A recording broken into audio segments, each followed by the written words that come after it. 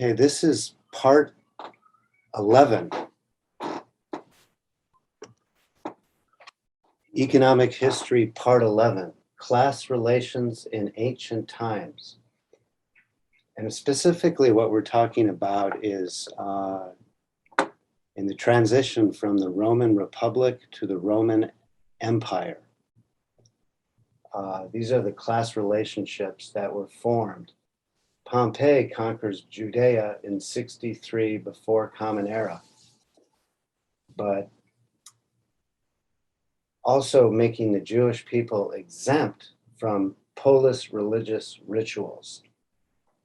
So that the class structure in the Roman Empire is like this. The most prestigious class, those with the most power, those who make the laws, that's known as the polis, or the political class. It was seen in ancient times that the most honorable thing you can do is sit around and talk politics and political philosophy.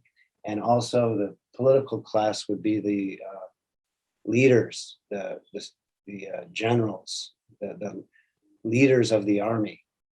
Just like during medieval period in Europe, the lord of the manor or the landed class were the soldiers for the king. So you have and it was seen as honorable to fight these wars for your nation or for your empire.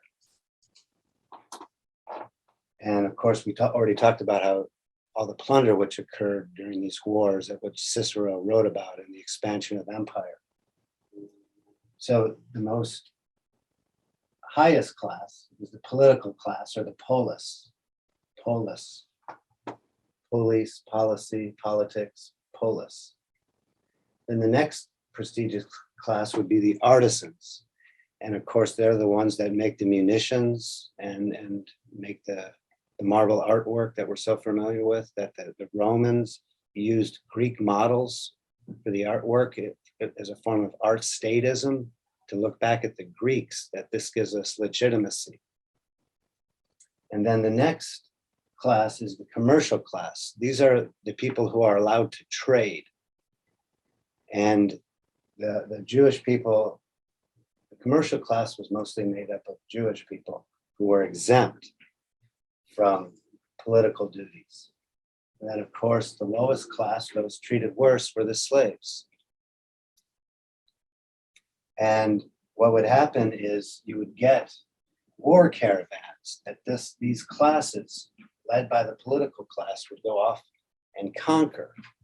And that's the conquest theory of state formation, is the forcible taking of land, and in the Romans' case, creating slaves.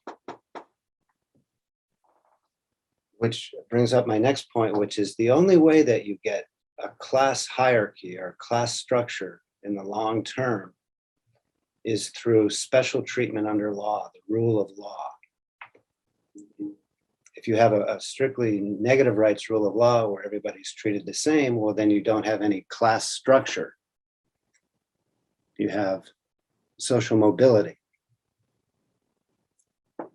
So examples I wanted to give in economic history of positive law created classes would be the English landed class, which emerged from the manorial economic system.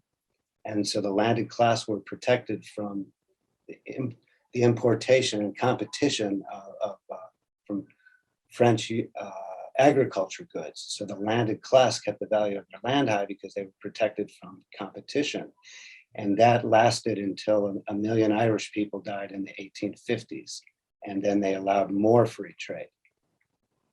Or then they allowed trade, not free trade, but they allowed some trade.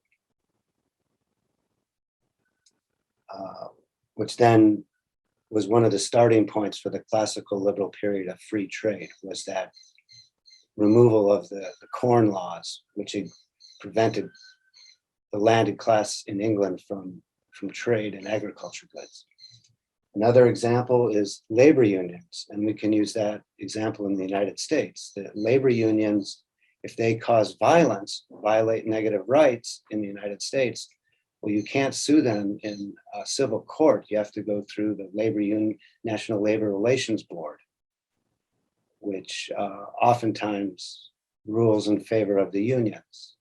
And Roosevelt created the Wagner Act in order to give special privileges under law to the labor unions so he could get the labor union vote.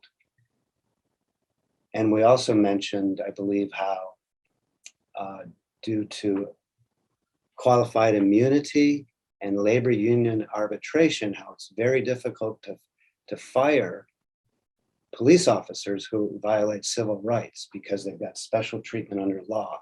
They're a class, a special class. Occupational licensing, dentists, doctors, attorneys, accountants, they're all protected. Hairdressers, taxi drivers, less so now with the new economy. All are protected from competition due to occupational licensing as required by the state. And then today you're seeing special classes created under the COVID era. Never let a good crisis go to waste, where the state is determining essential services and essential sectors who are able to operate in the economy while everyone else is not. So that's class relations in ancient times.